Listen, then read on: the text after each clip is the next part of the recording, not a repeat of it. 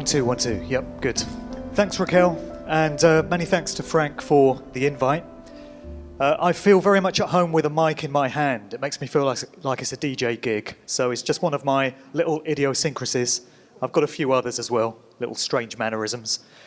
But welcome back, everyone, and I've got to say that Johan's talk this morning was absolutely awesome and truly mind-blowing, and it's a very high standard for myself to kind of measure up to.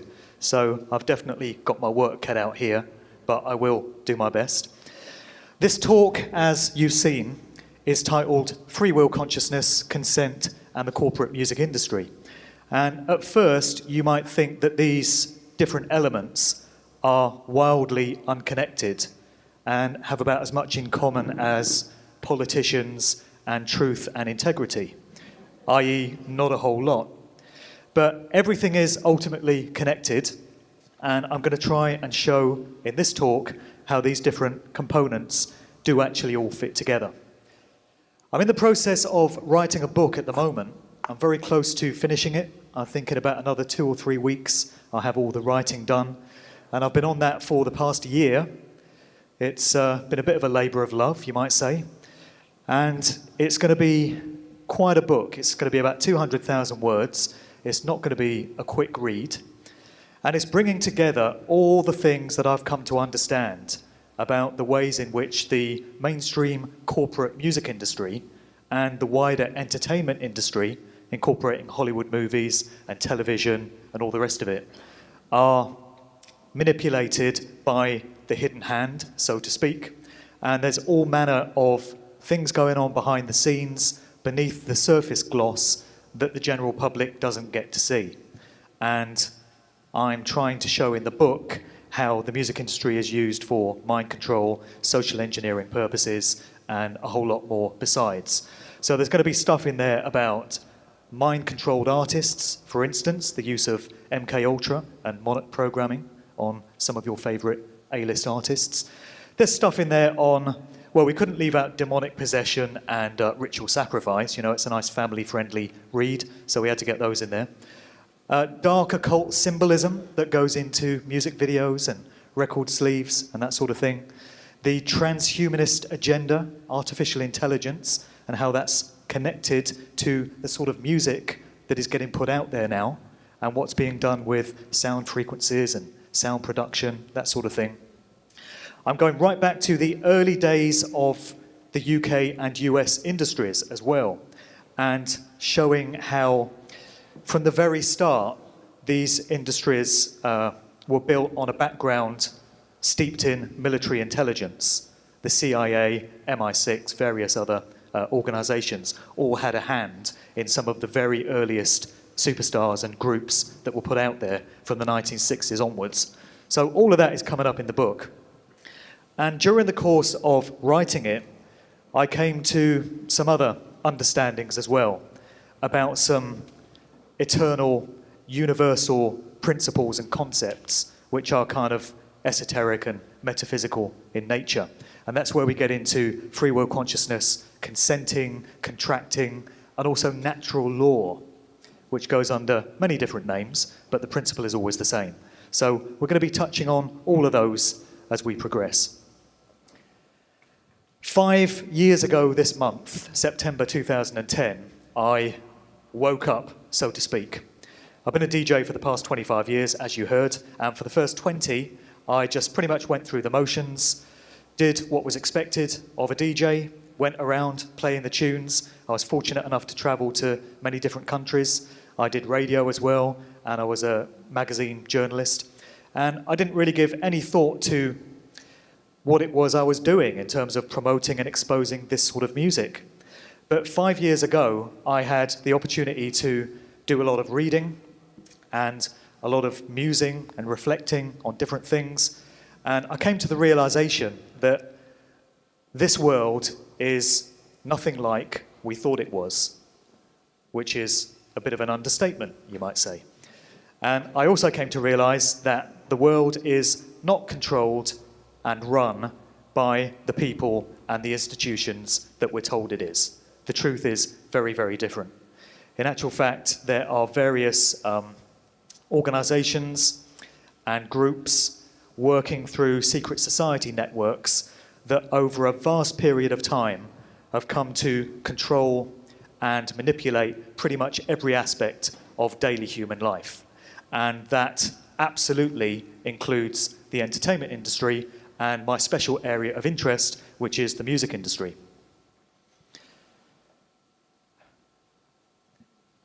And one of the earliest things that alerted me to the fact that there was more to know about what's going on in the music game was the proliferation of symbols and imagery that was getting inserted into the work of various A-list artists. One of the best examples would be this pyramid symbol, which we see time and time again cropping up in music videos, record sleeves, promo shots, that sort of thing. This is dating back to 1985, 30 years ago. It's Madonna in the movie Desperately Seeking Susan, and on the back of her jacket we have the pyramid symbol with a capstone and an illuminated capstone with an all-seeing eye in the center of it. That image is a bit dark, but that's what it is. And isn't it interesting that we saw that symbol crop up in Johann's talk as representing the element of air? It has many other connotations. You're doubtless aware of the fact that the pyramid appears on the back of the US dollar bill with the removed capstone and the all-seeing eye. And you might ask yourself, what connection could an esoteric symbol like that have to the entertainment industry, to a pop artist like Madonna? Which is a very good question to ask. And we're seeing these symbols all over the place, bringing it more up to date. Here's this kind of triangular pyramid symbol being evoked by Jay-Z. There's lots to say about Jay-Z. There's a lot about him in the book, but we'll be here till about 8 o'clock if I start to go into it now. But suffice to say, this is a symbol that you see Jay-Z flashing up all the time, or he used to. And he refers to it as the rock sign. All these symbols come with an innocent-sounding cover story to explain what they are.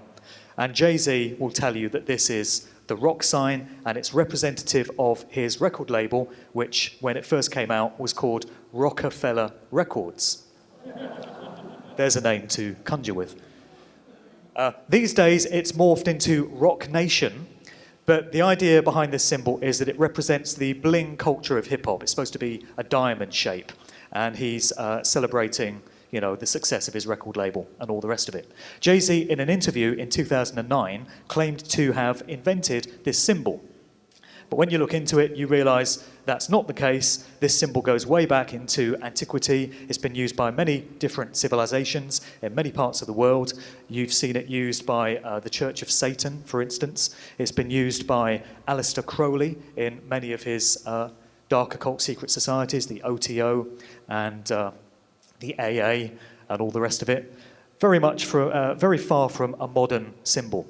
Here he is with his best mate Kanye West doing the same thing. You come to realize there's more than meets the eye here.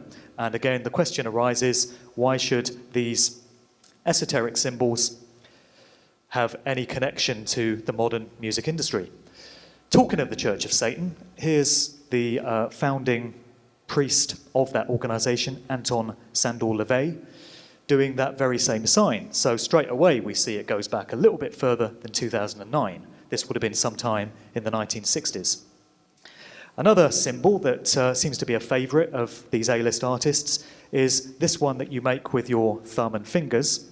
And the cover story for it is that it means, okay, everything's cool, everything's fine. And you see politicians doing this, you see all manner of celebrities doing it. But of course, there's always a different explanation as to what these symbols mean. And when you really get into it and you study the occult nature of it, you realize that this is a depiction of a 6. And when you've got the 3 fingers raised at the top there, it's kind of denoting that it's 6 to the power of 3 or 3 sixes. So it's a depiction of 666, the number of the beast in the book of Revelation, and so many other dark occult connotations as well. 666 crops up a lot in this story. Why are these artists doing it? And they're not the only ones. As I mentioned, politicians seem to be rather fond of it as well. There's all your favourite ones up there, Rogues Gallery, It's like a nightmare episode of Celebrity Squares, isn't it? Your worst nightmare. And there it is, 666. And that particular number crops up somewhere else in the modern music story as well. Dr. Dre, the hip-hop artist and producer, formerly of NWA, who's enjoyed a highly successful solo career since, and is consistently named as one of the richest individuals in hip-hop. It's worth millions, if not billions now, and much of it has come as a result of his headphone range called Beats by Dre. And it's just a coincidence that Beats is an anagram of beast. We won't go there just now. But one of the symbols for Beats by Dre, the logo, is this symbol here, which we're told is supposed to be a B for Beats. But it looks more like a 6 to me. And in one of the ads for Beats by Dre, you get the 3 6s being flashed up there. And when you look into some of the other stuff that Dr. Dre has been involved with over the years and what he represents, it's no surprise to find him associated with this number. It goes way back. Here's a young Michael Jackson flashing up that same symbol that we saw Beyoncé doing. And here's the first, but not the last, showing of the Beatles in this particular talk. And we've got 2 symbols for the price of 1 here. We've got Paul McCartney, or is it? We're going there too, don't worry. We will get there. I should say Paul McCartney doing the 6 thing, and John Lennon here flashing up the horned hand sign. He does it that way round in one picture, and he does it the other way around. See, I can't do it. I can't do these things. That's it. He does it that way round once, and then for good measure, you get him in another shot doing it that way round. And there's a cover story for this symbol as well. This one is supposed to mean I love you. It's supposed to be spelling out I love you in deaf sign language when you've got the thumb extended like this. I should learn to do these things. I just can't get it right. But in actual fact, again, when you do the research, you come to realize that these secret societies that control the entertainment industry, these dark occult networks, have this entity known as Baphomet, and often known by other names as well, this horned kind of demonic entity which they seem to revere for some reason. And they seem to want to kind of worship it. And they get their artists to throw up these symbols in a kind of homage to this entity that means so much to them. And so that's why you see so many artists throwing up the horned hand sign. There's a particularly sinister depiction of it here from Eminem. And again, politicians get in on the act. Is it just a coincidence that all this lot happen to be throwing up the same symbol? And are Hillary Clinton, Bush, Cheney and Obama the sort of people that you'd really expect to be telling everyone, I love you? Probably not. They might be saying I love you, but it'll be to something other than humans. And here's our old mate Anton LaVey again, showing that this symbol was another favoured one of the Church of Satan, doing exactly the same hand signal there. It's known as Evil Mano Cornuto, the horned hand.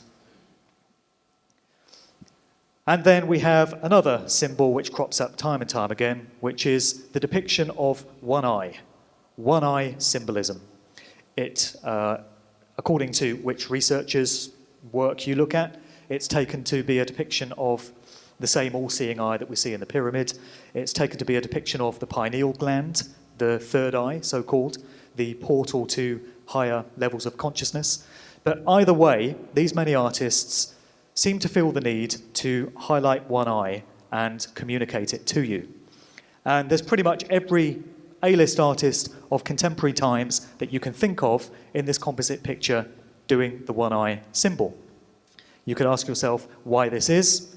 It goes way beyond the realms of coincidence. There are actually people that will say, oh, it's just a coincidence, they're just trying to look cool, it's just a trendy thing to do. In all these cases, yeah, right. I think there's more than meets the eye, if you'll forgive the pun.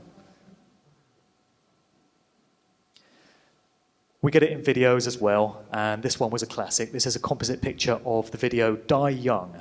It's a lovely song.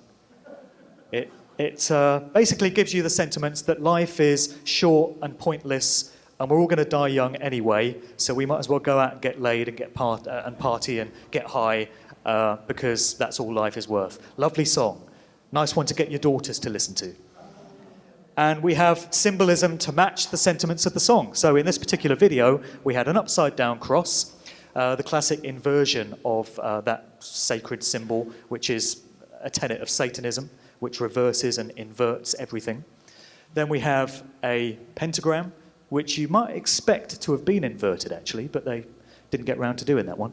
And over here, the all-seeing eye at the top of the pyramid again. So 3 symbols for the price of 1. That was an absolute Illuminati symbol fest. That video was just ridiculous.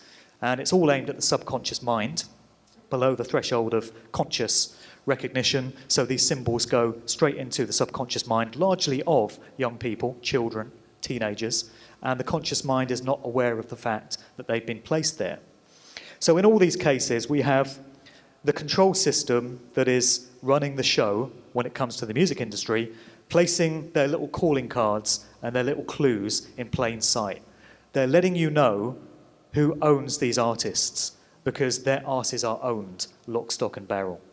And there's a phrase that you often hear, which is, they've sold their souls for fame and fortune. And I would suggest that rather than that being a myth or a convenient kind of quip or phrase, there is a lot of truth to that statement. This is a still from Rihanna's Run This Town video. And it's one of many images which occurs during a split second. So again, it's aimed at the subconscious mind, which absorbs everything. It absorbs millions of pieces of information per second, which the conscious mind is not capable of recognizing and processing. The conscious mind just selects a few pieces of information that it needs out of the many millions that it takes in, and the rest lay deeply lodged within the subconscious, and they can be called upon at a later date and evoked and brought to the surface without the conscious mind being aware of it. So these images are always aimed at the subconscious, and for a split second you had this image of Rihanna seemingly turning into this kind of entity and just morphing into whatever that is. Again, it's a video which would be watched by kids. Rihanna's fan base is largely young girls, at the age of 8, 9, 10 upwards. Is this appropriate stuff for them to be absorbing? Probably not, but it's there anyway. And here's another still from a Rihanna video. This one is from her song Umbrella, and it appears to be a pose where she's bending down, outstretching her arms, putting her head down. But when you study the dynamics of what's going on here, you realize that this pose cannot anatomically be achieved. It's been digitally manipulated. And it is in fact a depiction of a kind of horned entity. You've got the arms representing the horns there, you've got the eye sockets there above, and then you've got the head representing the snout, and it's deeply disturbing stuff. It's another example of those that are controlling things, placing what they're doing and what they represent in plain sight for those that have got the eyes to see. And you get the eyes to see when this stuff is brought into the realms of the conscious mind, when it's pointed out what they're actually doing, and when it comes out of the subconscious, you can realize that this stuff is going on. And that's the key to not being affected by it, becoming consciously aware of what the game is. I want to move on.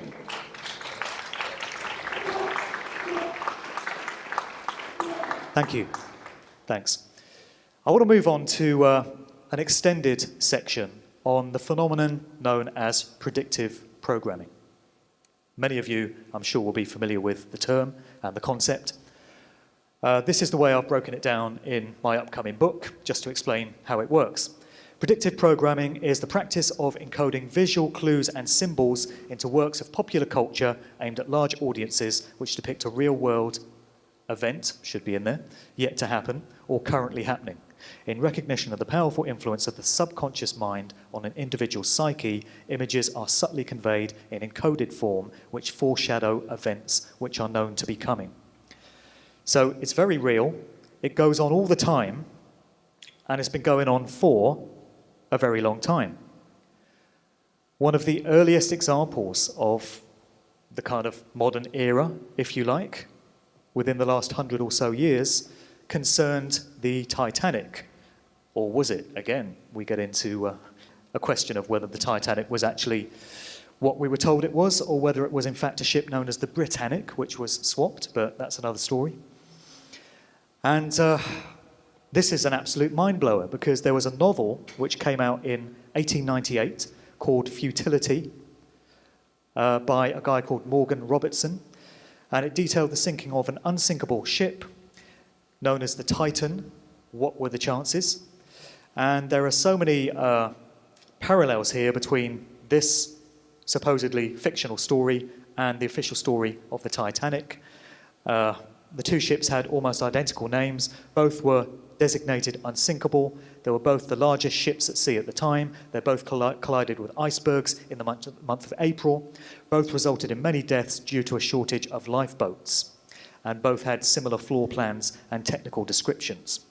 You know, if you accept that this cannot possibly be a coincidence, then you have to accept that whoever creates these works of apparent fiction before a real-world event happens had advanced knowledge of what was to come and was in some way associated with those parties that caused the event to happen the way it did.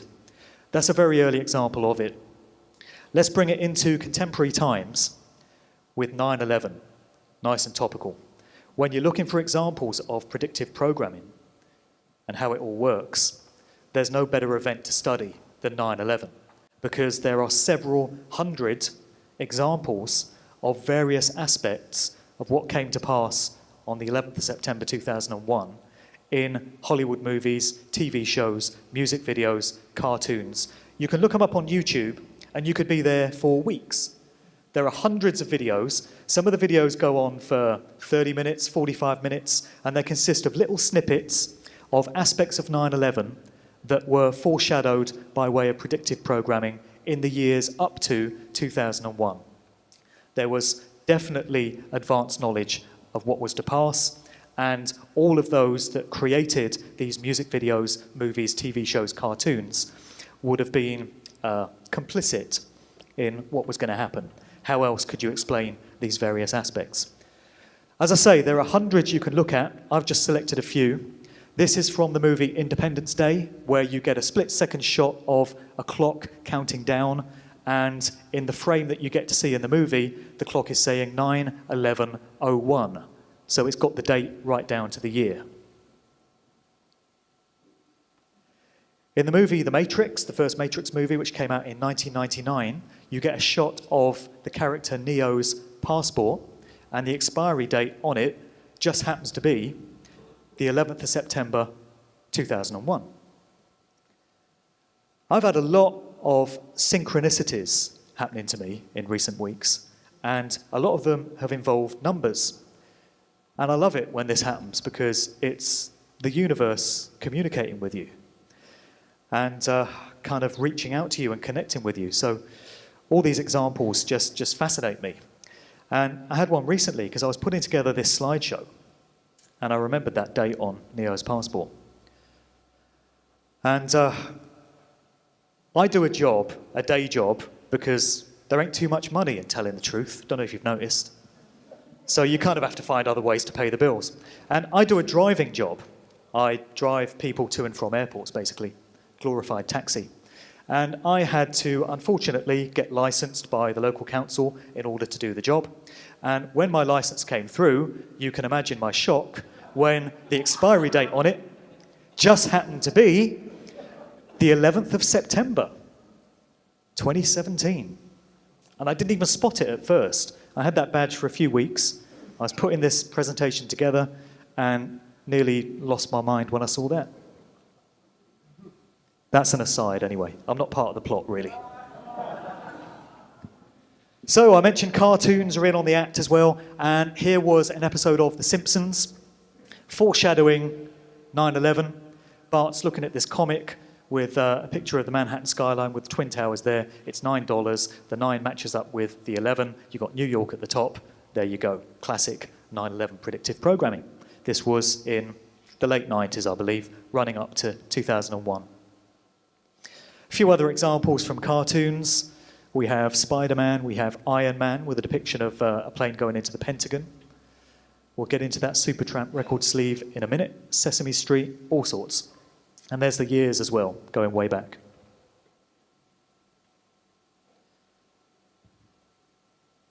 In terms of music releases, bringing it back to the music industry, Jay-Z, I told you there'd be more about him, released his classic album, The Blueprint, on what date? At the top there. This is an Amazon entry for the album. And it turns out that of all the dates that could have been picked, it just happened to be September 11th, 2001. And bear in mind, the album was called The Blueprint. Then we had, a few years earlier, in 1997, an album from Michael Jackson. And it was called Blood on the Dance Floor. I think there's probably some Masonic lodge connotations going on there, particularly as he's dancing on a black and white checkerboard floor, representing the duality of light and dark, and good and evil, and base consciousness. It's the floor that you get in Masonic temples. I'm sure it's just a coincidence. And in the background, you have a city skyline that looks quite similar to Manhattan, crumbling into dust. And we've got some nice Saturn imagery going on there with the blood red colours. Busta Rhymes produced a whole bunch of albums in the 90s that all had this kind of disaster, doom-laden, apocalyptic overtone to them. He put out one called When Disaster Strikes. This one was called Extinction Level Event. And again, you get a city skyscape which looks very similar to Manhattan, and it's going up in flames, and there's absolute chaos and carnage everywhere. And that, to me, looks very much like a depiction of what would come to pass on 9/11 in a Busta Rhymes album. This one is even more blatant, and it dates to June 2001. So it's only a few weeks before the events of 9/11 actually happened. And it's a little-known hip-hop act called The Coup. And you've got the two members down the front here, in front of the Twin Towers, which are depicted as exploding in exactly the same way that we saw in the footage of September 11th. And this guy here, the front man of the group, has what seems to be some sort of remote control device, and he's pressing a button as if to trigger the explosion. And needless to say, when the events of 9/11 happened, there was a lot of controversy and outrage about this particular sleeve, and there were a lot of questions asked as well about how it was that these guys had put out a sleeve that foreshadowed what was to come to pass.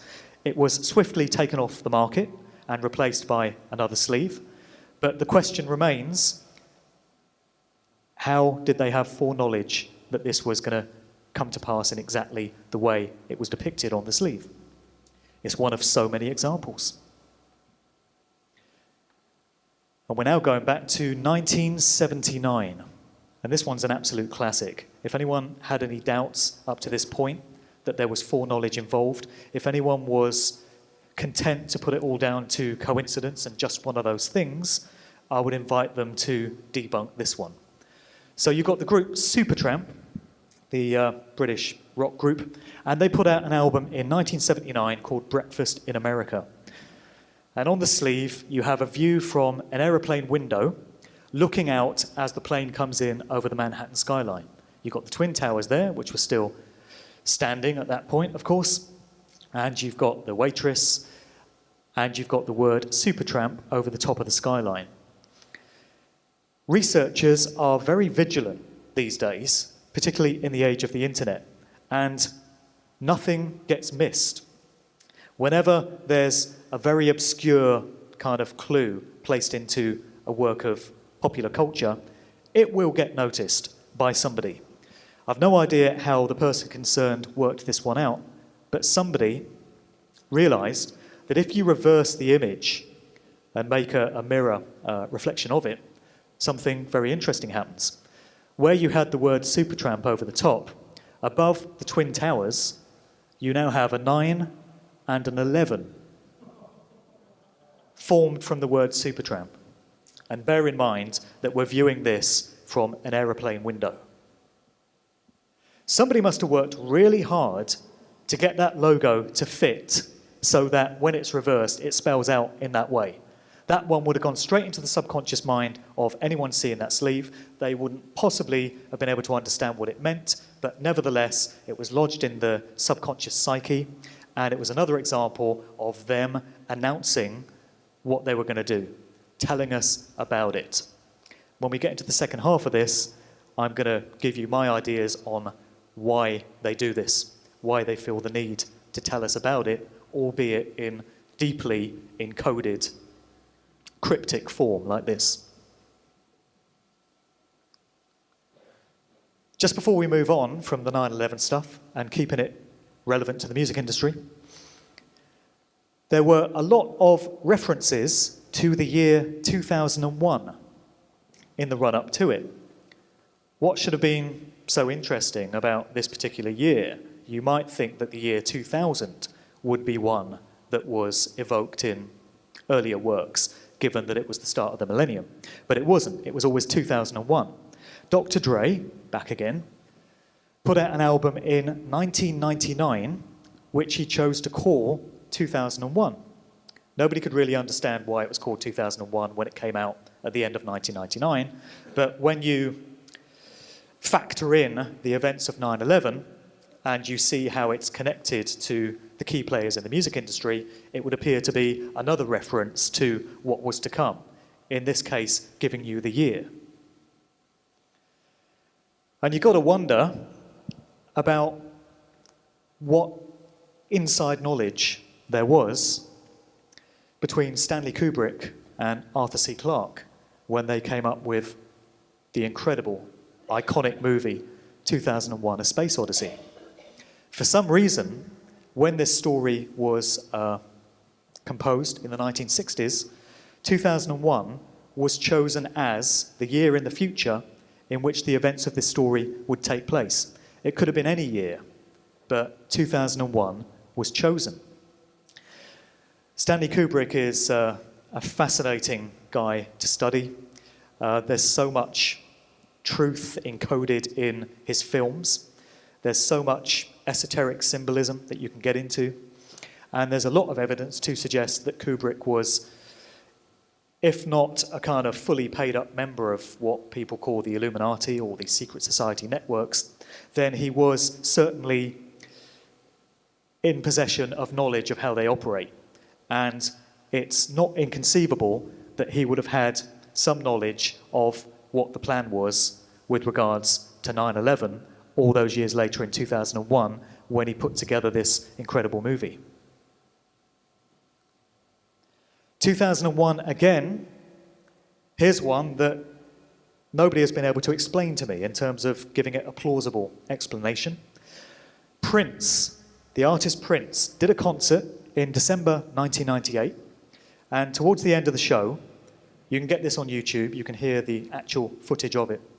He said, "We got one more, then we got to get out. I've got to go home, y'all. Got to go home to America. I've got to go get ready for the bombs." Osama bin Laden getting ready to bomb, yeah. Now, if he'd left it at that, bearing in mind this was December 1998, and Osama bin Laden had already been blamed for the Oklahoma city bombing and various other outrages, you could have said, oh, it's just a reference to the fact that bin Laden was this familiar terrorist figure of the time. But then he goes on to add, 2001 hit me in December 98. Why would that be? A few more examples of predictive programming before we move on to the second part of this presentation, which is where I'll get into some more metaphysical and esoteric concepts.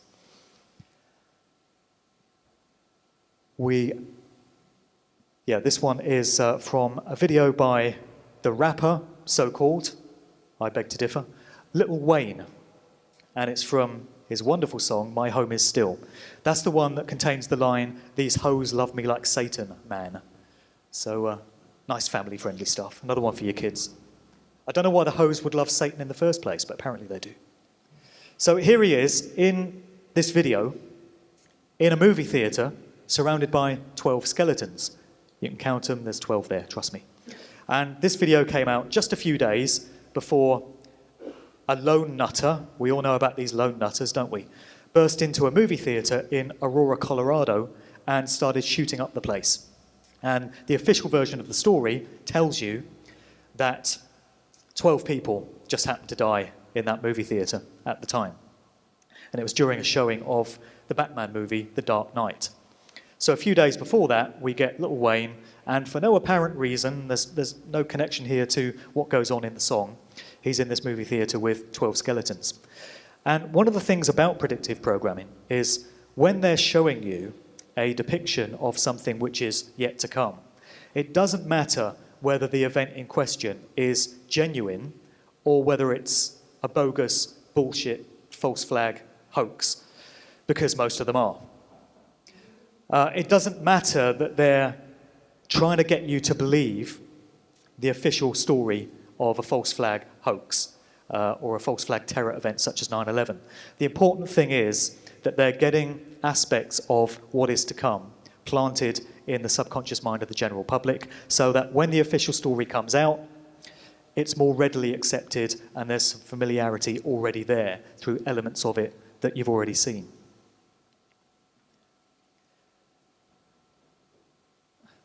We all know about chemtrails and geoengineering, don't we? We do now, anyway.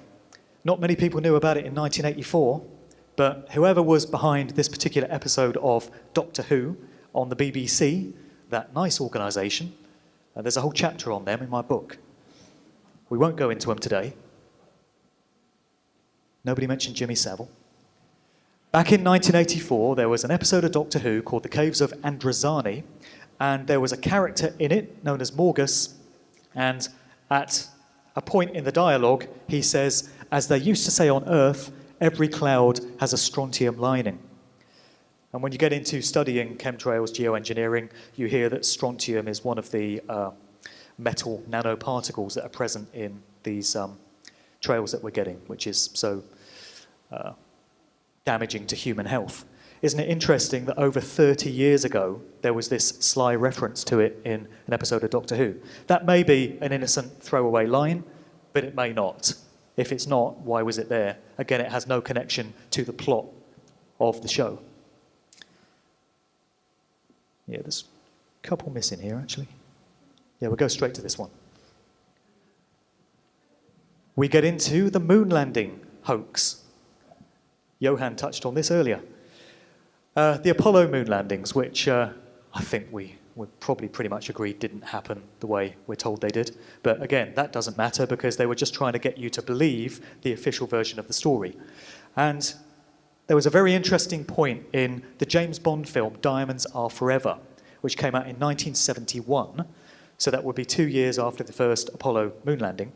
And you get this section of the film where Sean Connery as Bond is in this underground kind of military research facility in the middle of the Nevada desert, which sounds very similar to what we hear about Area 51. And there's one point where he's trying to escape from the bad guys, and he runs across what appears to be a rigged up film set of astronauts walking on the moon. And he's running across this set trying to get away from the villains. And you've got these two astronauts, and because they're in moonwalk mode, they're trying to get him, but they're walking in slow motion like they're on the moon. And it appears to be a direct piss take of the rigged up false hoax moon landings that happened a couple of years before. It seems to me like the makers of this James Bond film were kind of letting us know that it was a hoax, and they're just having a bit of a laugh with it. And I doubt very many people at the time realised the significance of it. But once again, they're telling you what they did. In this case, rigged the whole thing up on a film set. We have a couple of more recent examples of predictive programming as well. You might remember in March of this year, there was a terrible plane crash, at least as far as we're told, where a Germanwings plane came down over the French Alps. It was on its way from, I think it was Barcelona to Germany, and we're told that the co-pilot, who was psychotic and depressed, engineered an opportunity to get the pilot out of the cockpit. He barricaded himself into the cockpit, and then he deliberately flew the plane into the ground, killing everyone on board. That's the official line of that story. There was a movie which came out a few weeks before, Isn't It Always the Case? This one was called Wild Tales, and it was an Argentinian movie. There were 6 separate plot lines, little short stories in it. In one of them, there was a guy who was an airline pilot who decided to get revenge on a bunch of people in his life that he didn't like, that had wronged him in some way. I think it was a former wife or girlfriend or something, wanted to get even with her. There was a business partner that had stiffed him on a deal, so he wanted to, get him. And he invited all these people on board a flight. And at an opportune moment during the flight, he barricaded himself into the cockpit and flew the flight into the ground, killing everyone on board. And then a few weeks after that, we get this story in the news. Every time there's a major world event that you will see on your nightly news bulletins or read about in the mainstream press, there is a work of popular culture, fiction, whether it's a movie, whether it's a music video, whether it's a cartoon, that will have depicted some aspect of what came to pass. Every time. They don't miss any. Every time they tell you what they're going to do. And if you hunt hard enough, you can always find the examples of it. There was this disgusting movie, Kingsmen, The Secret Service, that came out earlier this year. And it came out round about the time that we're told this guy, Dylan Roof, went on the rampage in a church in Charleston, South Carolina, and shot up the congregation of largely African Americans. Just before that happened, in this movie, Kingsmen, we get Colin Firth's character, who's a Secret Service agent, who, in a mind-controlled state, goes into a church and starts slaughtering the entire congregation. He shoots them, he stabs them, beats them over the head with whatever. It's presented in a comedy kind of way. They're trying to make light of this and make the violence fun in the movie. Making massacres fun. But nevertheless, it seems to be yet another example of what was to come to pass in the Charleston church shooting. Going way back to the Beatles, I told you we'd get there. Let's get into Paul is dead, shall we? The theory that the real Paul McCartney died in 1966 and was replaced by an imposter who's been taking his place ever since. I know it sounds ridiculous when you first hear it, and it sounds impossible, but I've done a lot of research into this theory, as have many other authors and researchers. There's a book by Jim Fetzer called And I Suppose We Didn't Go to the Moon Either. And I think Ule Damagard was involved in that book as well, which examines various so-called conspiracy theories. And in the book is a collection of essays from different researchers, all focusing on this idea that the guy we think of today as Paul McCartney is not the real deal. I've come to understand that the corporate music industry is very much steeped in dark occult practices. It is unfortunately very much steeped in sacrifice from time to time, human sacrifice. I know it sounds outrageous, but there is evidence to support this. And as we've seen, it loves its symbolism and it loves conveying aspects of what it's doing or what it's done to the general public, in the knowledge that most people won't be able to see it. Most people will not understand. Only a few ever will. And I think, as do many others, that there were many aspects relating to the replacement of Paul McCartney that were put into the works of the Beatles.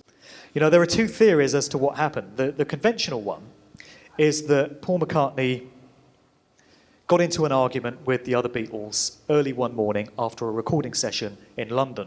And he jumped into his convertible sports car and sped off through the streets of London, and he was involved in a tragic, fateful accident in which he was near decapitated and killed instantly.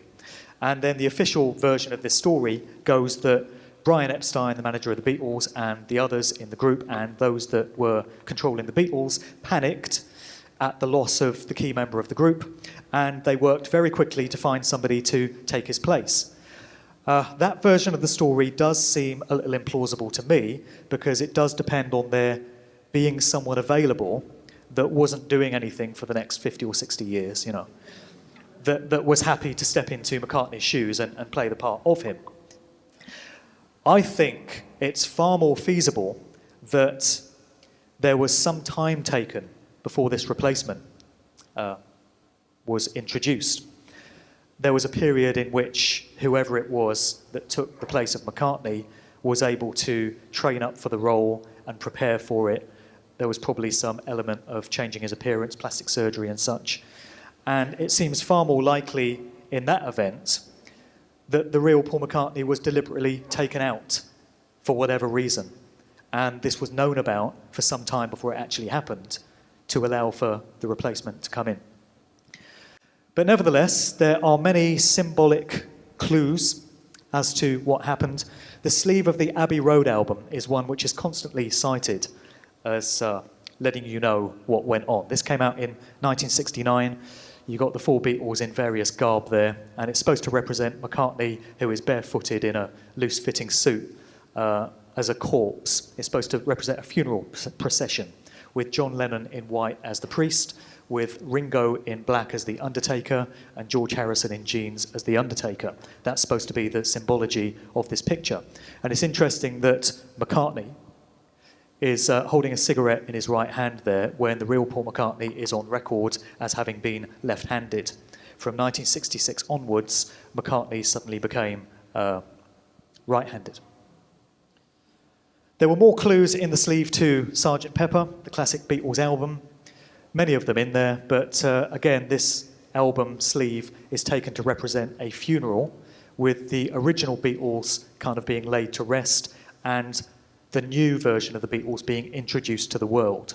Lots of clues in the lyrics to some of those songs as well, particularly when it comes to the introduction of the character Billy Shears, who is taken by the majority of researchers to be the person that took over the place of McCartney. And then you get into all kinds of forensic evidence when it comes to the pre-1966 McCartney and the version of him post-1966 that we've all come to accept as Paul McCartney. Because, you know, you'd have to have been around a pretty long time to have any recollection of the Paul McCartney that the world saw before 1966. Most of us in this room have only ever known the guy that came along after that date. All kinds of forensic evidence, as I say, to suggest that a switch took place. The most convincing for me is simply the height of the post-1966 McCartney. So on the left here, you've got a picture of the real James Paul McCartney with his girlfriend Jane Asher, sometime in the 1960s, and you can see they're pretty much the same height, more or less. Then you have a picture from post-1966, again with Jane Asher, but this time you see McCartney towering above her, quite a bit taller. Is that the same guy? There are some interesting things about the year 1966, just as there were with 2001, the 35-year gap between them. But there's a lot of significance in this story, I feel, to 1966. I don't know if the two sixes, the 66, are connected to the 666 that we saw earlier on, but either way, there's a lot of occult, kind of dark occult relevance to 66. That was the year in which Anton LaVey established the Church of Satan, which was kind of a front group interface for celebrities of the day. There were many celebrity members of the Church of Satan, including Jane Mansfield and Sammy Davis Jr. back in the day. More recently, Marilyn Manson, Mark Almond of Soft Cell is a member of it. There was the movie Rosemary's Baby, which is probably the most chilling film ever made. You know, it's far more scary than The Omen or The Exorcist for me, because from what I've been able to establish, there's a lot of truth to the narrative of what goes on in this movie. It's actually about this young couple that move into an apartment building in New York, which just happens to be the Dakota building, outside which John Lennon was murdered. And the guy is a wannabe actor. He's an up-and-coming actor, but he's not having much success. And he falls in with this network of Satanists who offer to give him the fame and the fortune and the success that he craves, but there is a heavy price to pay. And if that's not an allegory for what really goes on in the entertainment industry, then I don't know what is. This movie was directed by Roman Polanski, a big-time insider when it comes to knowledge of how these things all work. The interesting thing about it is this movie, which, as I said, is all about networks of Satanists, came out in 1968, but it was set in 1966. And you see a calendar on the wall stating that it's 1966, and one of the lead Satanist characters in it states, "This is year one." So it's the year that the Church of Satan was established. It's described as year one in the movie Rosemary's Baby, as if it's the countdown to something, or, you know, it's significant in some way. I came to find out that construction of the World Trade Center Twin Towers commenced in 1966. And there are many researchers that believe these towers were specifically constructed with the intent of them being brought down in that massive dark occult ritual that was 9/11, 35 years later. We have another link there between 1966 and 2001. Lastly, before we move on to the second part of the presentation, this is the Georgia Guidestones. I'm sure many are familiar with them. They are said to contain a number of, it's basically a wish list, a bucket list of the elite controllers, so-called, in terms of the things that they want to achieve in human society, their grand plan. And the most famous of them is their wish for massive population reduction. The first tenet on these granite guidestones is maintain humanity under 500 million in perpetual balance with nature. And it appears to be another example of them telling you what they plan to do.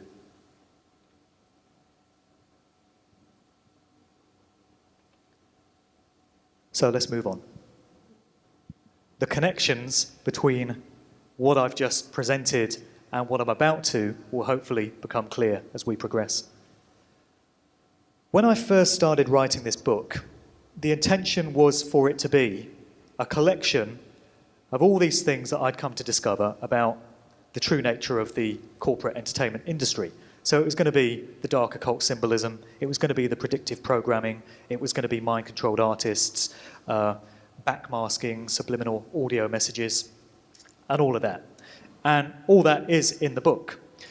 But during the process of writing it over the last year, I came to understand some other great truths, and I gained a lot of knowledge about some other subjects. And one of them was a deep understanding of how natural law works. Much of this ties into what we heard Johan talking about this morning, and I'm absolutely on the same page as him with so much of what he presented. Natural law goes by many different names. It's known as universal law sometimes, cosmic law, karmic law, the law of cause and effect, consequentialism. Whatever label you put on it, the principle is always the same. It's laws of morality to govern human behavior, which are set in place by the creative force behind the universe, which many people would choose to call God and put many other different labels on it. Again, doesn't matter what you refer to it as, the principle is still the same. It's universal, it applies everywhere, it's eternal, and it doesn't matter whether any one individual believes it, It doesn't matter whether anyone chooses to accept it. It goes on being eternal truth regardless. You can try and resist it all you want. You can say it's bullshit and you don't believe it all you want, but it doesn't change a thing. We are all governed by natural law, or whatever other name you want to put on it. And the fundamental principles of it can be summed up very, very simply. It's so simple, a child of 5 could understand it, though perhaps not in this language. And it can be summed up in the phrase, do no harm, but take no shit. It can be expanded. The non-aggression principle, an expression of the sacred feminine that exists everywhere in nature. That's the do no harm bit. Then the self-defense principle, the sacred masculine, is the but take no shit. And the do no harm bit basically states, do not treat others in a way you would not wish to be treated yourself. It is so simple, you wonder why it's not taught in schools. Or perhaps not. The way it all works is explained so well by Mark Passio, a fantastic researcher and public speaker and activist out of the US. You can see all his work at the website whatonearthishappening.com, which comes highly recommended. And I do use some of his quotes because he just has a way of putting things so simply and in such an easily digestible, understandable form that there can be no room for ambiguity. You know, it's childishly straightforward. The bottom line is, if you wouldn't want a person doing a certain behavior to you, don't do it to another person. The end. And people can't get that simple message. That's the golden rule in the apophatic sense. Do not do to others what you do not want done to you. And then he expands on it. The solution is so simple, it always has been. Don't treat others the way you yourself wouldn't want to be treated. It's so simple, it's almost stupid, folks. It can't get any simpler than that, and yet humanity has proven we still can't grasp it. So, natural law is there to dish out circumstances and karmic consequences in line with the behaviors that we choose to take. We, as humans, are gifted with free will. The capacity for free will, the ability to make decisions for ourselves in terms of our thoughts, behaviors, and actions. And we can choose to take thoughts, behaviors, and actions that are in line with natural law and are in line with morality, or we can choose to go against that. The choice is with us, but either way, you reap the consequences of the choice that you make. And that comes either on an individual basis or more commonly on a collective macrocosmic basis.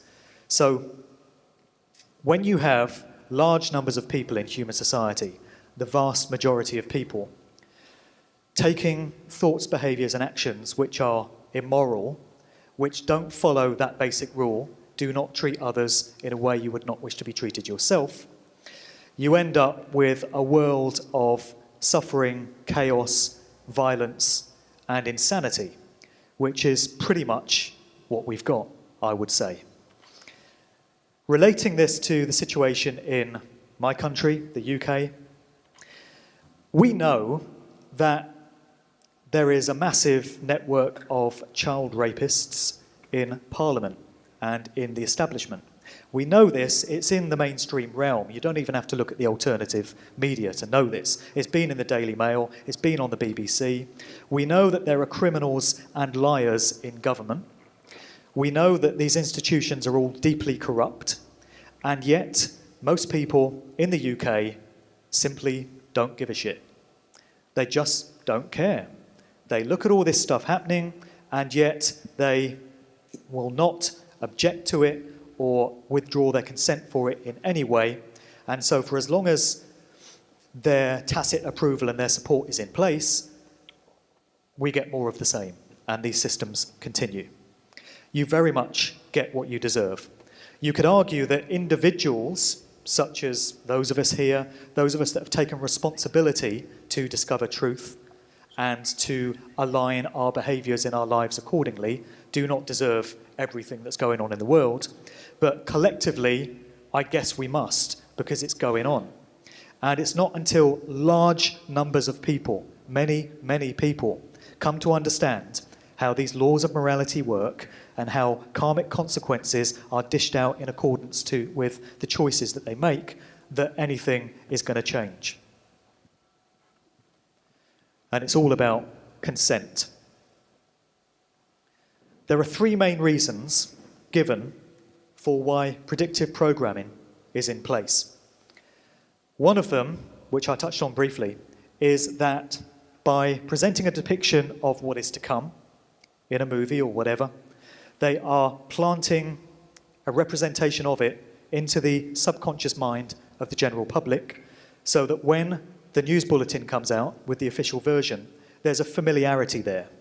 And the subconscious mind is going, hang on a minute, I know about this, I've heard about this sounds familiar to me, which enables them to sell the official story that much easier. Another variation on that is that by presenting a depiction of what is to come, they are creating a kind of energetic two-way link between the general public and those that are offering the story. And they are trawling and kind of harvesting the collective energy, life energy force of the general public that are viewing this, and that energy is being used to help empower the event into physical manifestation. They're expressing their wish and their will through the imagery that you see, and we are actually aiding them to empower it into being by giving our energy to it, albeit on an unconscious basis. We don't realise that we're doing it. So that's certainly a reason given for why predictive programming is used, and I think there is some truth to it. But I think the main reason why it's done is because the dark occult controllers are in full knowledge of how natural law works. They understand the nature of reality. They understand consequentialism. And by telling us what they plan to do, they are getting our tacit approval for it. Because we don't stand up in large numbers and say, we do not consent to this, you cannot do this. They take our lack of no as a yes, and they feel that it gives them a green light to go right ahead and do what they always plan to do, and that this somehow enables them to escape the karmic consequence that would ordinarily come down to bear on them for being in complete opposition to natural law. It's a very twisted, sick, perverted way of looking at things, but we are talking about very sick, twisted, perverted psychopaths that are running this world and that are controlling these industries. So we shouldn't be too surprised that they've got a very skewed and distorted version of how it all works.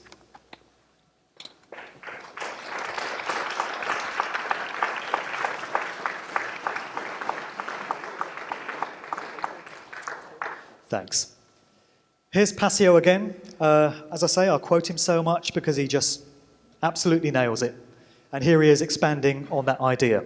One of the dark principles of their ideological tenets is that if you tell people what you're doing, even if it's telling them wordlessly through symbols or numbers, then you've somehow gotten their implied consent because they haven't said no. And to not say no is to tacitly say yes in their mentality. So that, in their mind, relieves the burden of karma that would ordinarily come down upon them for directing these actions.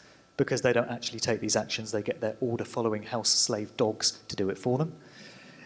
In their mind, because they told you in a wordless, occult way, then in some way that alleviates the karma, because they did say it in some form.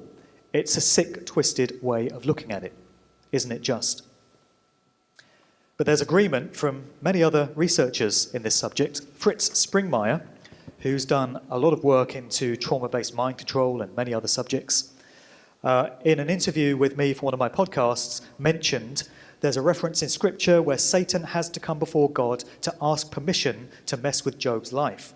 So people who are religious will often say that God insists evil broadcasts what it's going to do. You don't just have a free ticket to go ahead and do evil, but you have to tell. It's called revelation of the method. Thomas Sheridan, Irish researcher and radio host, telling us is part of the magic. We have to consent. That's why they blow the whistle on what they do through all kinds of books and movies and so on. And they'll often show us a hint of things before they do them. And this is how their sorcery, their black Hexan paganism works. You have to be told. And expanding on that, this is why Dracula always knocked on the door and asked to be let in. He has to be invited. The devil has to be invited in. Then you've forfeited your right to say, I was taken by surprise. No, you brought it in. This is why we all have to learn what they're doing to us. The best weapon we have against them is our refusal. We saw an aspect of this in the movie The Exorcist. Anyone that's seen it will recall that the Reagan character, Linda Blair, the young girl, finds a Ouija board in the attic and starts messing about with it. And it's only after she does that that this demonic entity enters into her. The demonic entity was effectively invited in through this connection that she created with the Ouija board. She didn't understand what she was doing, but nevertheless, she opened the portal, and only then could that evil come into her. It had to be by consent. We have one missing there. I'll tell you what it is. It's a quote from The Truman Show movie with Jim Carrey. The basic plot of that is that this guy finds out that his entire life has been effectively a reality TV show, and that he's been studied and watched and surveilled for his whole life, and he's living in this kind of virtual reality, this massive TV set, and nothing is real. And there's a character, Christoph, who is his handler, who says in the movie, Truman could leave at any time if his was more than just a vague ambition. If he was absolutely determined to discover the truth, there's no way we could prevent him. So he could have left that world any time he'd chosen to if he'd applied his will to it. But for as long as we give our consent to a situation and we don't object to it in any way, the situation continues. And that's the reality that we're living in. Oh, there it is. Anyway, manipulated consent. These are aspects of our daily lives that we're all familiar with, which continue because in the collective macrocosmic sense, there is continued approval and consent for them. But in each case, you're told what's going on, or you have the opportunity to research and discover what's going on, and thus withdraw your consent to it through your free will consciousness. And I've listed a few examples of how this goes on. Whenever there's a foreign war of occupation, we're always told about it beforehand, aren't we? Through the news, mainstream media. They concoct some bullshit story as an excuse for going in there, weapons of mass destruction, or he's killing his own people, or whatever it may be. They always let you know what they're planning to do. So we heard about the Syria situation before it went on. We heard about Afghanistan, Iraq. They were banging the drums of war before the troops went in there. And not a whole lot of people seemed to object enough to it because they went on anyway. But we were told. Institutionalized paedophilia, particularly in the UK. We know it's going on. As I mentioned, the mainstream media is reporting this. We know that Jimmy Savile was employed by the BBC for over 50 years, and it's in the public domain that he was sexually abusing kids on BBC premises paid for by licence payers' money, the tax that we have to pay to watch telly. Not great value for money. But we knew it was going on, and there are new revelations. It came out the other week that a former British Prime Minister, Edward Heath, almost certainly abused kids and almost certainly murdered young boys and took them out on this yacht that he had and dumped the bodies at sea. That is a story that was reported in the mainstream media. People should be outraged that this could have been the case with a former serving British Prime Minister. I like to think that there's a parallel universe somewhere where this news breaks and the nation is up in arms about it. They are going in huge numbers outside Parliament. They're demanding that the government is taken down straight away. They're demanding that people are brought to justice. They're demanding that those that are still alive go immediately to jail, and they won't rest until they get that justice. But not in this parallel universe, sadly. In this one, it just continues, and people just put up with it. And they're more concerned about what's for tea tonight and who their favourite football team is playing at the weekend than this stuff is going on.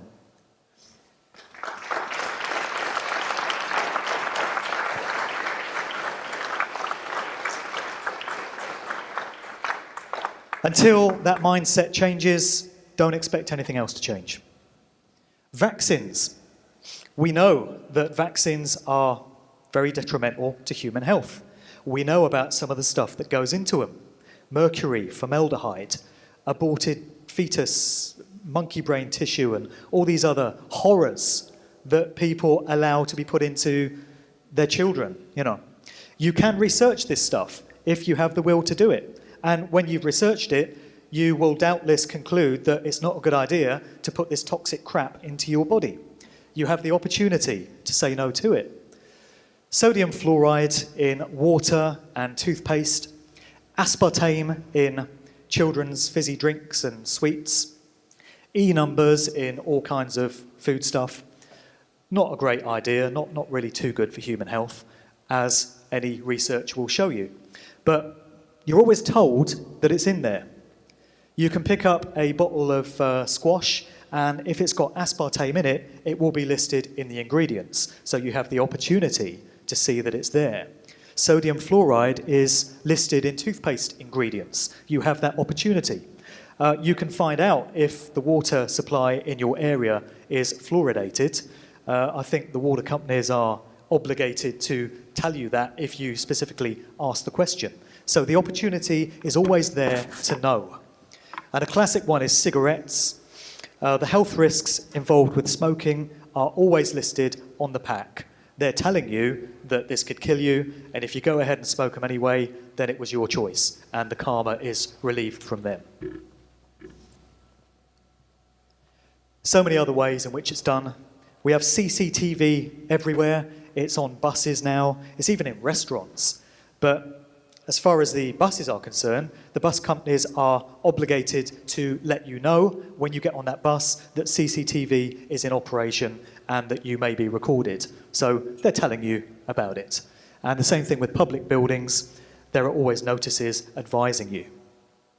Speed cameras on the roads. I can speak for the UK, I can't speak for every country, but as far as the UK goes, they can't put up one of these speed cameras without giving you a sign a short way back on the road advising you that there's a camera somewhere in the vicinity. So if you get snapped and you get fined, you were told it's your fault, not theirs, as they see it.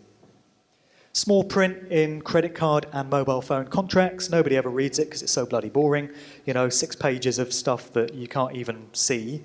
But it's all there. They're telling you how they're going to stitch you up. They're telling you how they're going to rob you blind.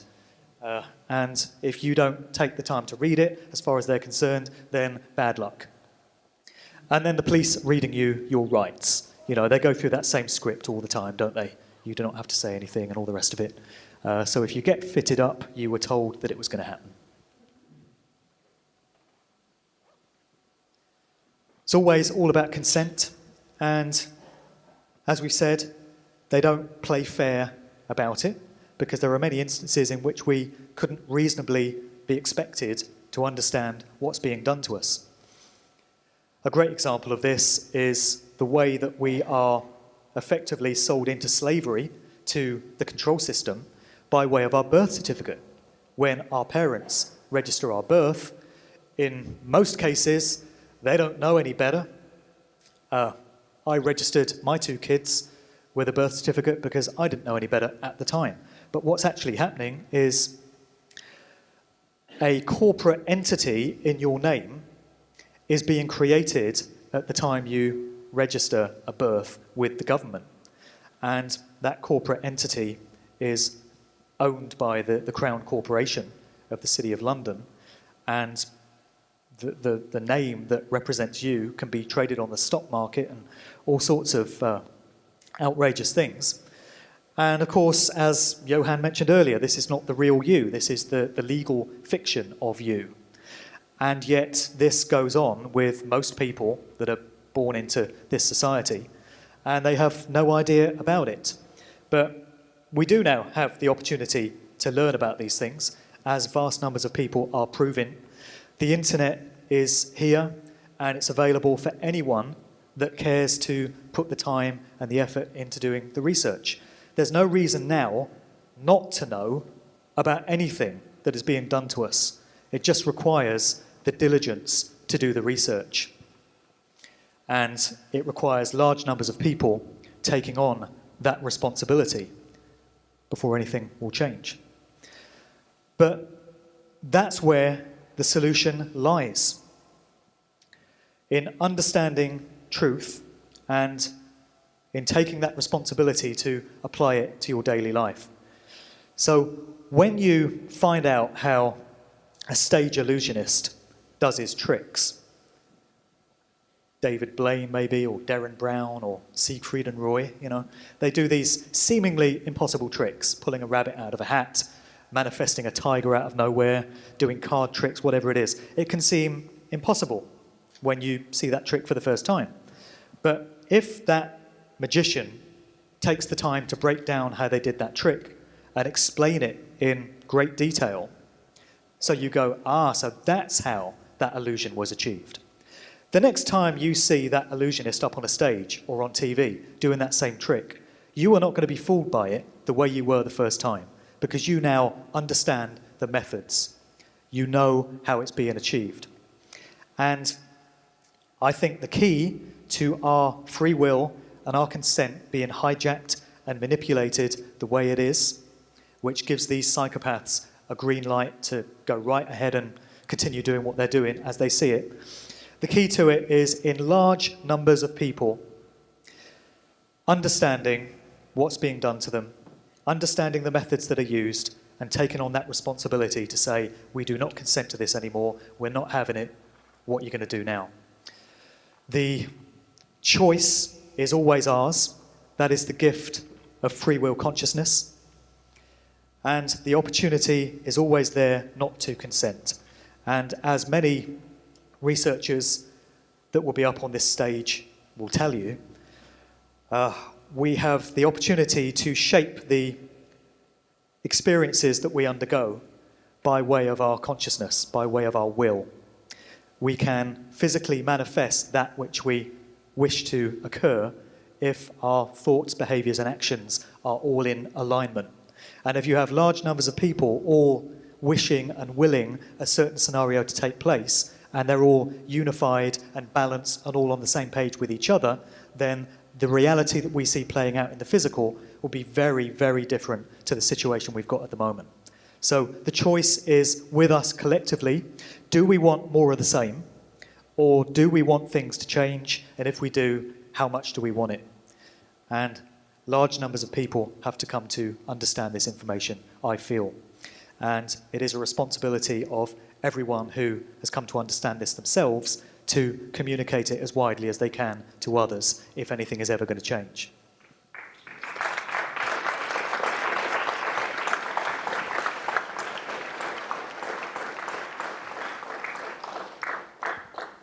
Always a choice. Which way is it going to go?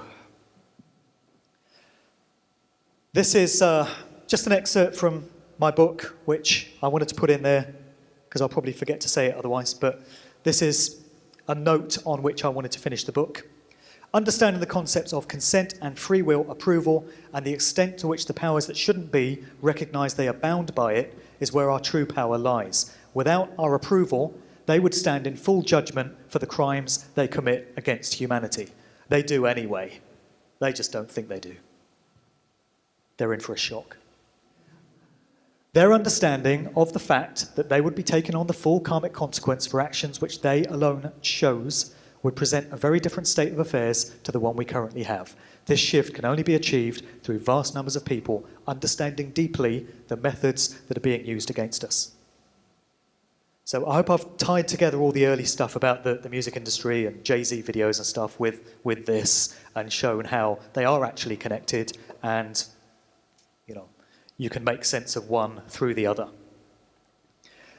Another quote that I have to finish my book from this great researcher from the UK, Matt Hancock. The authorised, controlled opposition misleaders are there to derail us, to interfere with our natural process of realising truth. They've chosen their path, but we're not obliged to give them any attention whatsoever. The individual mind is one of the greatest gifts imaginable. Therefore, one of the greatest crimes is to steal the ability of that mind to perceive reality. That's why they do so much mind control. Led Zeppelin's Stairway to Heaven is, people have different opinions on this song. There are some dark occult aspects to it, to be sure, which I get into in the book with backmasking and all sorts, but I happen to still think it's a great song. I love it. And what a great lyric as well. Yes, there are two paths you can go by, but in the long run, there's still time to change the road you're on. John Lennon from Watching the Wheels could have chosen any Lennon lyric of hundreds. The guy was a genius. But from this one, Watching the Wheels, people asking questions, lost in confusion, I tell them there's no problem, only solutions. Just want to mention before I finish the Conscious Music podcast that I produce every fortnight. I don't want to give the impression by talking about all the satanic, dark stuff that goes on in the upper levels of the mainstream music industry that there is no hope when it comes to musical output and that there's nothing meaningful being put out there. There absolutely is. There's underground music available from non-corporate controlled artists if you know where to look and if you dig deep enough. And I've taken on this podcast that I do every fortnight called The Sound of Freedom, where I showcase music of that nature. It's contemporary, modern stuff, mainly hip-hop, but also reggae and some dance music. And I go way back to previous decades as well, selecting songs such as the John Lennon song and, records by Curtis Mayfield and Stevie Wonder and Marvin Gaye, going way back to the 60s and 70s, where the lyrics absolutely speak to us in these times and carry great messages. So this podcast is available via iTunes. You can subscribe to it, Sound of Freedom. It's on Podomatic, also SoundCloud and Mixcloud. I do a conversation-based podcast as well called Good Vibrations. That's where I get into all manner of subjects: conspiracy, spirituality, truth, freedom, all that sort of stuff. I've had Frank on, I've had Ule Damagard on, I've had Ken O'Keefe on, and a whole load of others as well. Great many conversations there. I'm up to 70 of those. That's available on my SoundCloud as well. Might want to take a listen. I've got an event coming up in the UK next month, which I'm co-promoting. Kind of similar to this in nature, although I probably won't get as many people. It's called the Truth and Freedom All Dayer. It's a showcase for all this kind of information. Just want to put that out there in my home territory. And everything else that I do is available via my main website, which is markdevlin.co.uk. The book is going to be called Musical Truth. I'm aiming to get it out in the first quarter of next year. So hopefully by March at the latest, I want that to be on the streets. I think I'm pretty much done. Thanks for listening.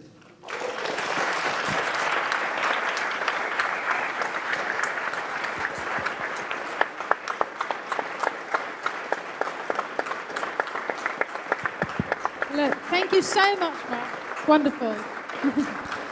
So now we have Q&A. So any questions popping up? Yep.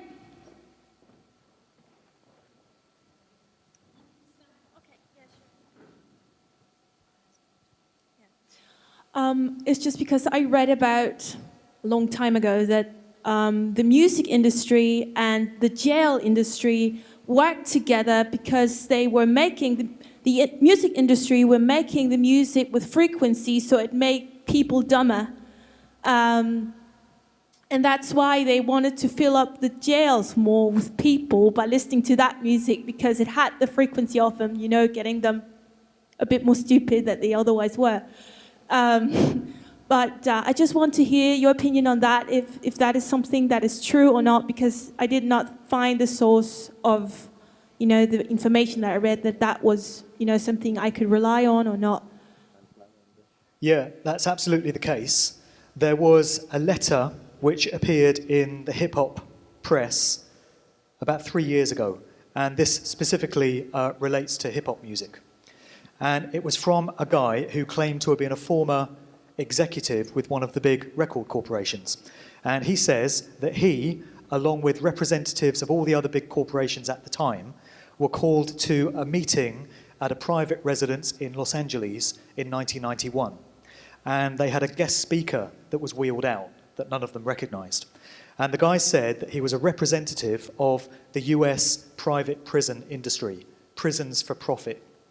And he explained to these record company executives how they were all going to work together to change the face of hip-hop music and to change it from this once meaningful form of expression, this beautiful art form, into one which completely degraded and debased black people, that corrupted their moral values, and which promoted lifestyles which would see millions of young black males mimicking what they heard their favourite hip-hop artists talking about on the tracks. So it's more to do with the lyrics than the sound frequencies, although the sound frequencies do play a part. But this was the birth of what's come to be known as gangster rap. And it was where hip-hop changed to the point that pretty much every act out there, or every mainstream act out there, was talking about gang banging, busting guns, selling drugs, you know, promiscuous sex, gold rims on their cars, the acquisition of gold chains and material brands and all of that. And a lot of people have claimed that the letter was a hoax, but I think looking at the way things have panned out, it was probably absolutely genuine. And it's understandable that this individual would have wanted to remain anonymous, and it took them 20 years to come forward with this story. But you look at the way this genre has played out, it's virtually impossible to find any mainstream hip-hop track, and by that I mean one that would have been on heavy radio rotation, on MTV video rotation, and that you would have heard in clubs and bars as you go out, in the last 10 years, that deals with anything other than gang banging, guns, selling drugs, having promiscuous sex, partying, champagne, gold rims, Armani suits, and all that bullshit. You know, there is nothing positive, there is nothing conscious, there's nothing meaningful in the genre of hip-hop anymore. And I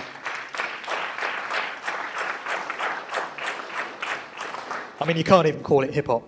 And so I think the record companies did work in collaboration with the private prison industry in the States. There were opportunities for all of them to make money out of there being a constant supply of young black males who were naively allowing themselves to be led astray by the heroes that they heard on these hip-hop tracks. And we've had the movie Straight Outta Compton just recently, the NWA biopic, which pretty much chronicles that era. It's set in that time. And when you understand what happened, you can actually see in the movie how that agenda is playing out. So that particular genre has been very much degraded and corrupted, and it's nothing like it was. And we can see how it was done.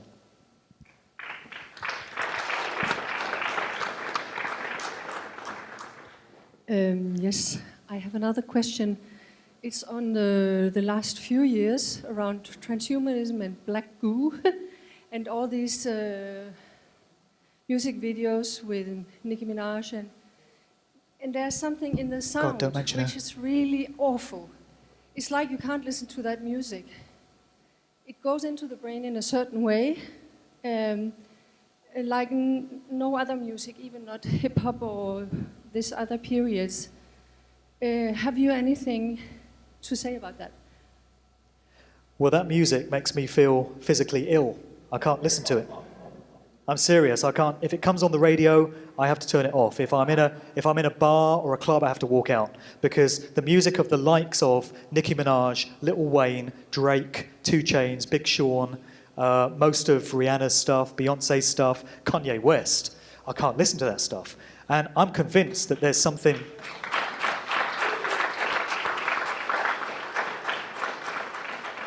I mean, Kanye West has been utterly degraded, systematically degraded as an artist. And I go into this in the book. He started out as a conscious, positive kind of persona, and he was making great music. But as the years went by, you can actually chart the deterioration of his lyrics and his persona, and it's very clearly in line with an agenda.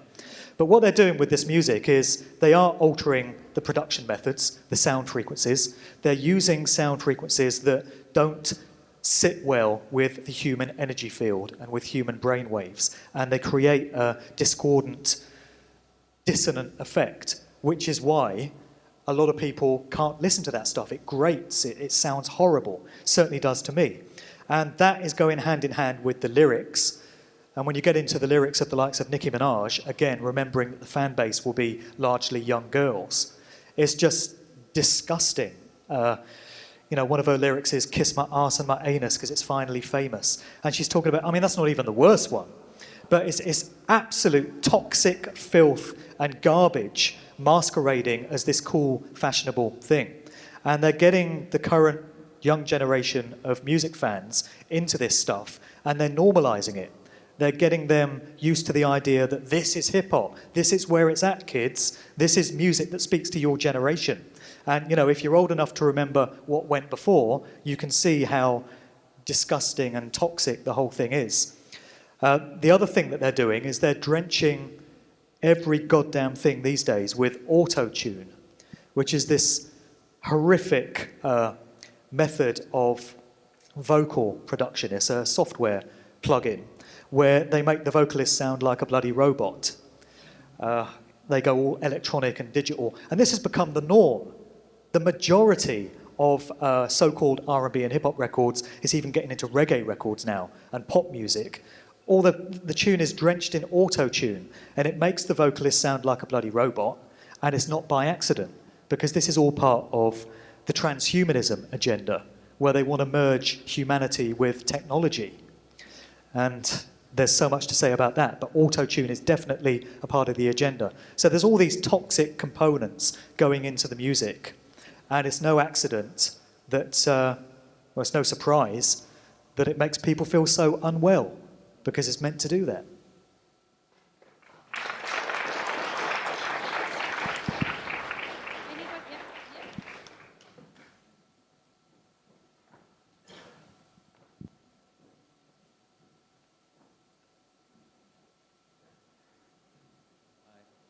I just wanted to know your take on the whole Michael Jackson death. If there was some mysterious things to that. Well, I think they were. Very little is as it seems in this world, and very little is as it seems in the entertainment industry. I've got a section in the book where I'm looking into the many strange discrepancies and anomalies that arise in the case of certain high-profile music artist deaths.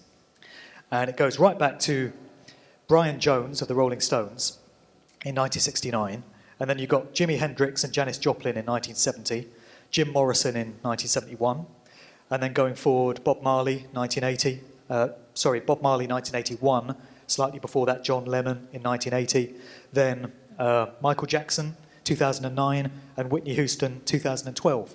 And in each case, there are many unanswered questions, many things that don't add up.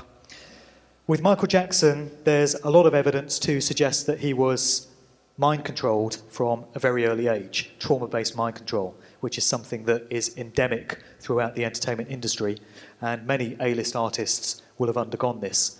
There's actually a lot of symbolism to suggest that Michael Jackson was part of that program.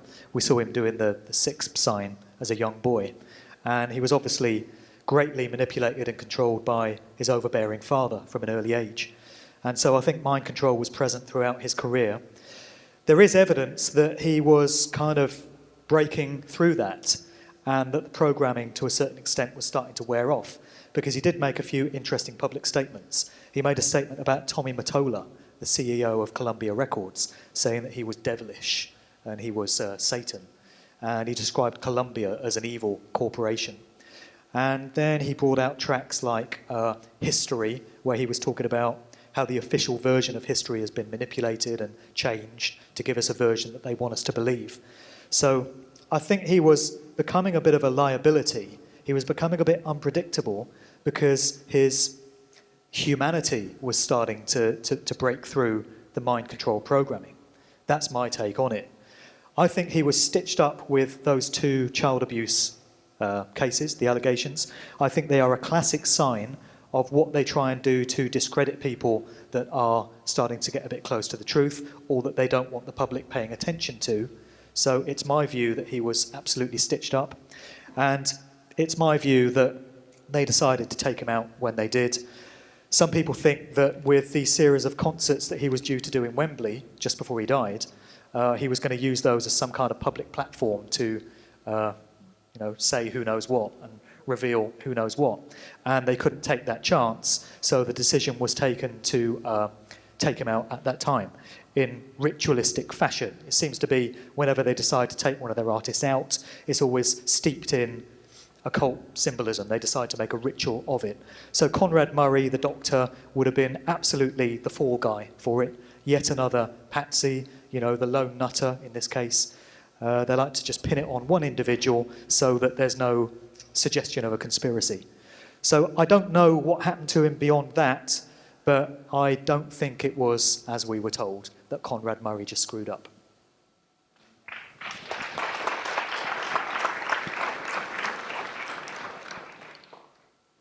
I would like to know what your take is on metal music, with many of the satanic and occult stuff you mentioned earlier being completely mainstream in metal music and not subliminal at all, used as covers and t-shirts and so on. What's your take on that? I've not studied metal music very much, to be honest. I've spent so much time delving into hip-hop and pop music generally that metal's never really been my thing, and I've not looked into it in any great depth. I've kind of skimmed the surface of it enough to understand that there are some very dark occult and satanic elements to it. Black Sabbath and Ozzy Osbourne are an obvious example of that. There was a lot of backmasking, reverse subliminal messages that went into the recordings of the likes of Black Sabbath. We saw it with Led Zeppelin as well. One story that does spring to mind, though, is that the phenomenon of backmasking, backwards subliminal messages in recordings, came into the public domain in 1990, related to the group Judas Priest. And there was a court case related to these 2 young guys. I think one was 18 and one was 20. And they went out and killed themselves. They shot themselves. And the prosecution alleged that it was listening to a Judas Priest record, a particular track from an album of 5 years earlier, which contained the lyric, "Do it, do it." Quite a simple lyric, but this was spliced into the recording backwards. And the claim was that they had interpreted this lyric, "Do it, do it," as "go out and kill yourselves." And they'd been smoking weed and drinking alcohol that night, and then they went out with 2 shotguns and, shot themselves in the head. And the case, in the end, was thrown out, and it was shown to have no merit. But it did put the idea of backmasking and subliminal messages into the public domain.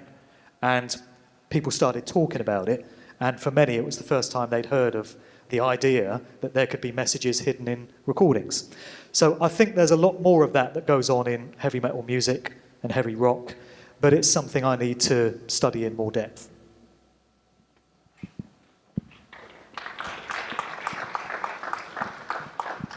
Any more? Yeah. Hi.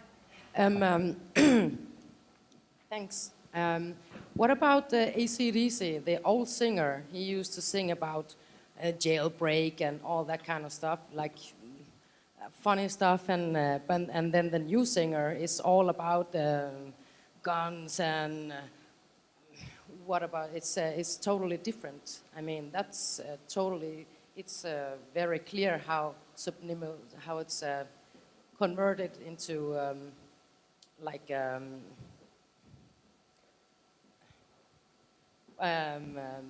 violent thing. that it's not supposed to be music, it's not supposed to be funny anymore, it's supposed to be violent or perverted or something like that.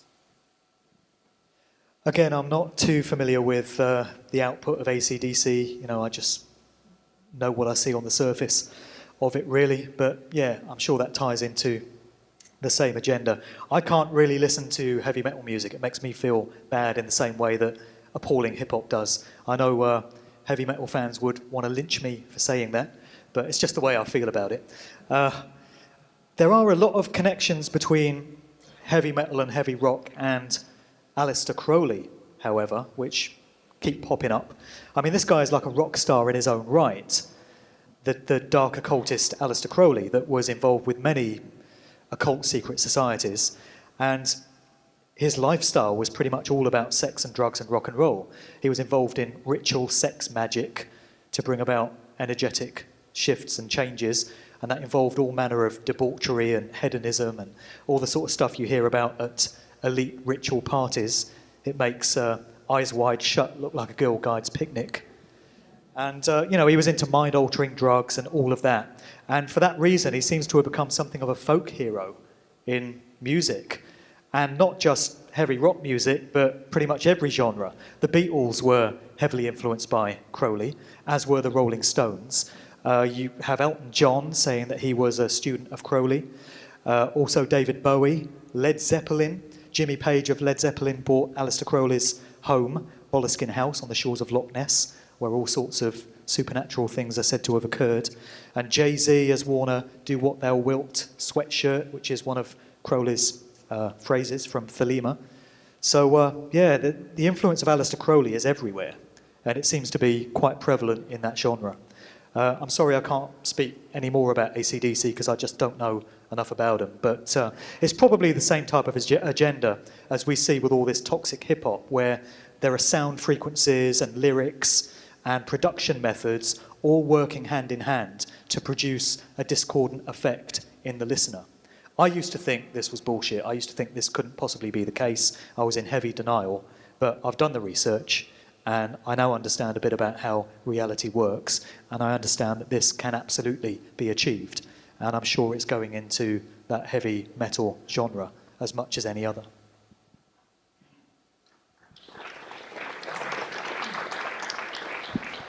Should we do a couple more, yeah? Yours and then one other, yeah? I've got one here. Oh, okay, sorry. I've just got two quick questions. Okay. The first one is, if you had another child, you would not get it registered? That's the first question. I'm just thinking if something like a car accident happens, or you need, you know, some kind of trauma-based incident. I don't know. I can imagine a lot of stuff. But the second thing is, when you talked about this genre and the things that are not appealing, and you said, you know, all these artists, you don't like the music. I'm one of the girls who like it. I'm one of the young kids, you know. I'm appealed to this kind of music. I'm the one who turned the music up. I like it.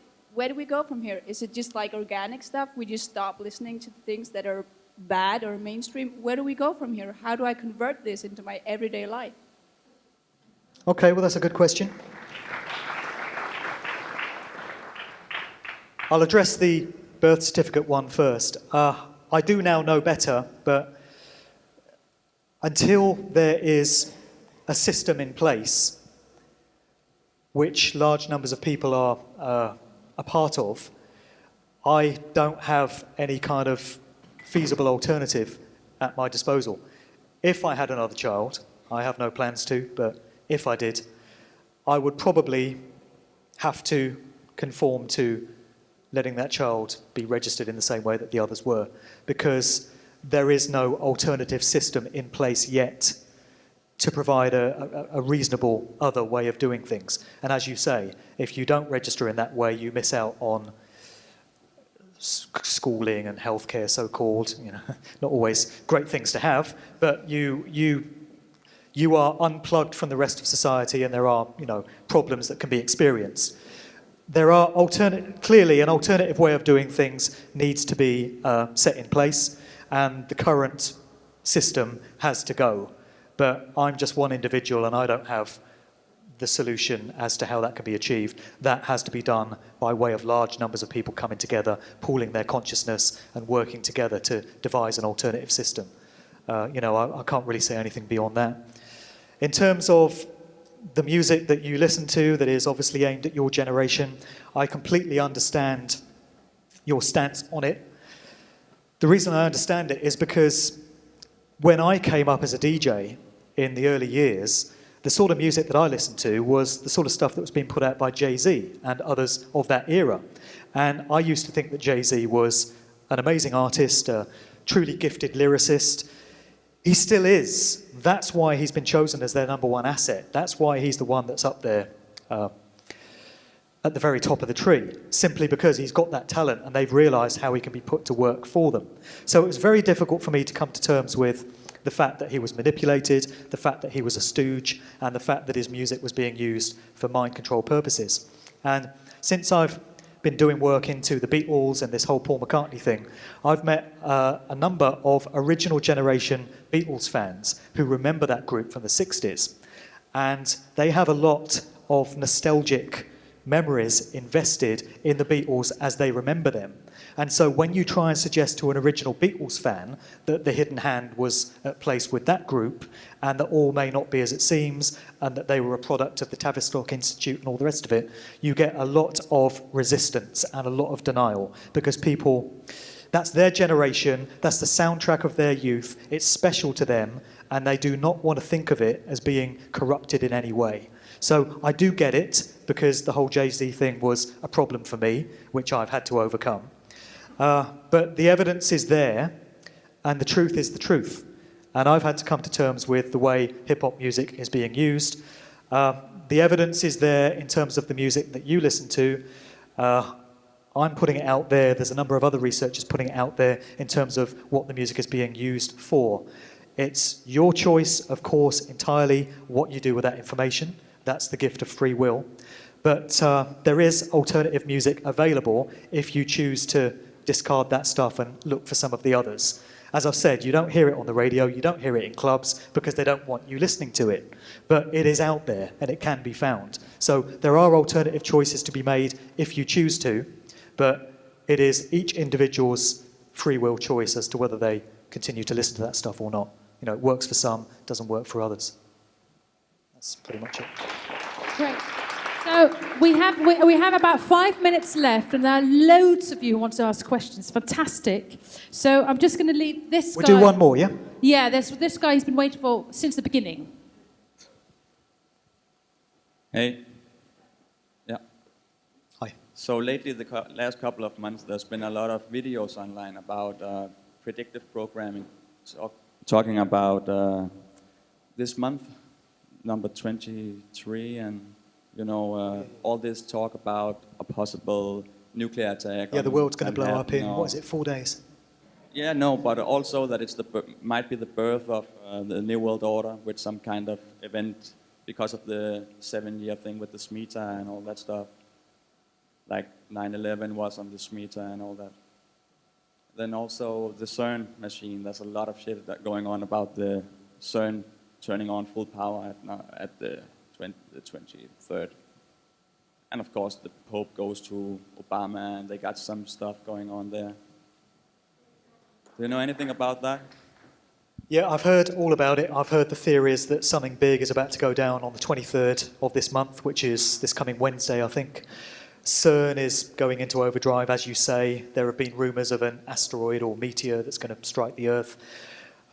We've seen all this stuff before, to be honest. You know, we get these scare stories every now and again. We had it with the millennium bug in the dawn of 2000, and then something big was going to go down on 2012, 21st of December 2012.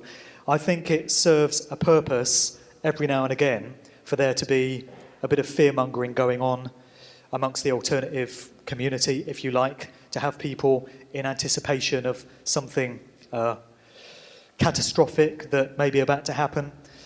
I think it's all part of keeping people in a low vibrational fear-based state, and in most cases these dates come and go without incident. I hope that will be the case with the 23rd, and I think it will. And I think it's more of what I mentioned about predictive programming elements are sometimes used to reinforce a cover story or something completely bogus, something which didn't even happen. It was just a hoax using actors. It doesn't matter that it wasn't genuine, it wasn't real. The idea is to gain that familiarity with it in the public subconscious and to get people fearful of it. And I think that might be what's going on here. There's been a lot of talk about what may or may not happen on the 23rd. There's a lot of fear and anxiety and stress as a result of it, and that serves a purpose. I think and I hope that Wednesday is going to come and go without incident. But I guess we don't have to wait long, do we? We'll soon know. Thank you. Great. We have one last question, I'm afraid. This is the last question. I think this guy has, well, lots of people waiting, and it's great you're keen, but this is the last question.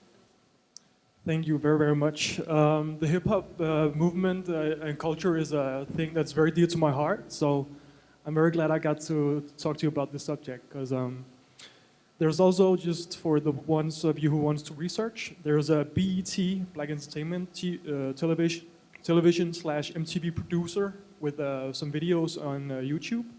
Pretty interesting. It seems like he's an insider. He seems pretty legit. And regarding everything that's been said right now, I have so much to say, but I want to quote Jim Morrison: "Whoever controls the media controls the mind," and that is very, very regarding this entire lecture and the comments and stuff. And I want to say that modern hip hop is not hip hop; it's hip hop, and that KRS-One, one of my favorite rappers, who talked about the New World Order all the way back in '85 or something, he also says hip is the knowledge, hop is the movement. That says it all, because knowledge today in rap music, you don't see that at all. It's just bitches, cars, titties, ass, bigger asses, all that bullshit.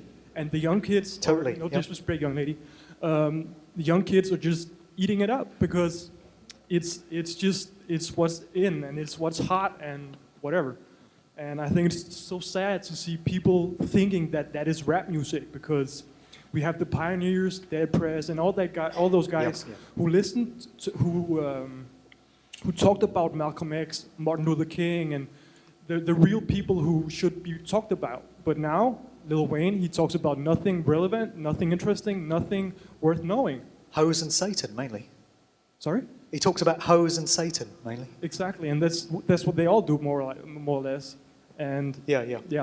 Thank you. I see all that totally. I'll be real quick because I know we're going to finish. But there is a researcher that I recently came across by the name of Black Dot, and he put a book out 10 years ago called Hip Hop Decoded, and he's talking about the metaphysical and spiritual components of hip hop, and he's talking about the fact that when hip hop culture was birthed in the Bronx in 1973, it was reawakening and evoking these spiritual elements within black people that had travelled with them from the African continent over to the States. And there are 5 elements to hip-hop culture, as I'm sure you know. You've got the rapping, then you've got the breaking or b-boying, the dancing, you've got the graffiti art, and you've got the turntablism. And then you've got knowledge of self, which is said to be the 5th element of it. And Black Dot says that each of these components of hip-hop has a spiritual component that it corresponds to, and it goes back to ancient African civilizations. On one level, you've got the 4 elements which are representative of the 4 elements in nature: earth, air, fire, water, and then knowledge of self as spirit. And then you've got the fact that rapping is evoking the oracle, the storyteller in ancient African traditions. The turntablism, the rhythmic scratching, is evoking the drummer of those traditions. The b-boying is evoking the dances that took place, the tribal dances, and the graffiti art is hieroglyphics. And he's talking about the fact that hip-hop is a rebirth of these deep esoteric spiritual components. And I think he's absolutely right. And I think that would provide one of the reasons why there's been such a concerted agenda to debase and degrade and corrupt hip-hop. They want to take the spirituality out of it. They don't want particularly black people being uplifted and inspired by this art form. They just want it toxic and grounded in absolute base consciousness And we can see that in the sort of lyrics and the sort of artists and the sort of agenda that we've now got. That's the way it seems to me. Thanks for listening.